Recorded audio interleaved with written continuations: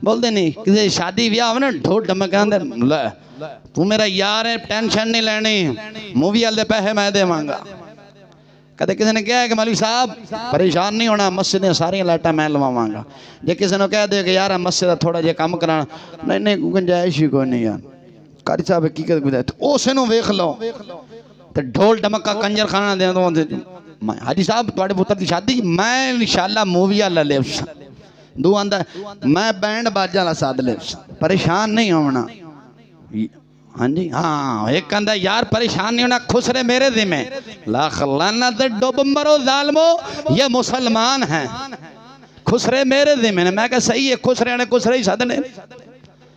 कुछ खुदा दा खौफ करो। मैं मुल्ला ते पीरां दी शादियां ते गया तुहाडा की रोना उन्होंने खुश रहना चाह छड़े तुहाडा की रोना रोना। अब्दुल्ला रोपड़ी नूं सद गते है ओ वेख इधर उदा कोई है मौलवियां ते पीरां ने अब्दुल्ला रोपड़ी नूं सद के गाने गवाने तुहाडा की जम रोना रोना। जेड़ा मुसल्ले ते मिंबर अल्लाह अब्दुल्ला रोपड़ी नूं सुट दिया तुहाडा की रोना रोना बोलदे नहीं दे।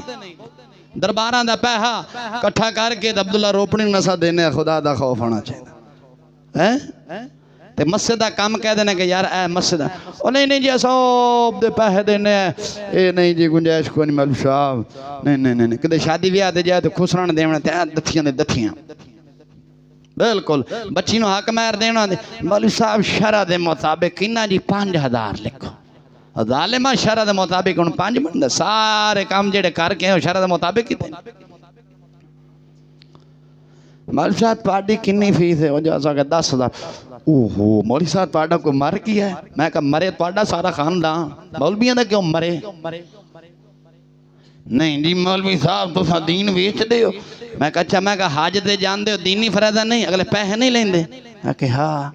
तो मैं कहा तू प्लम्बर है मस्जिद का काम करे ते माल लेंदा नहीं बाहरों तू 2000 ते मसीह तू 2500 लेना है।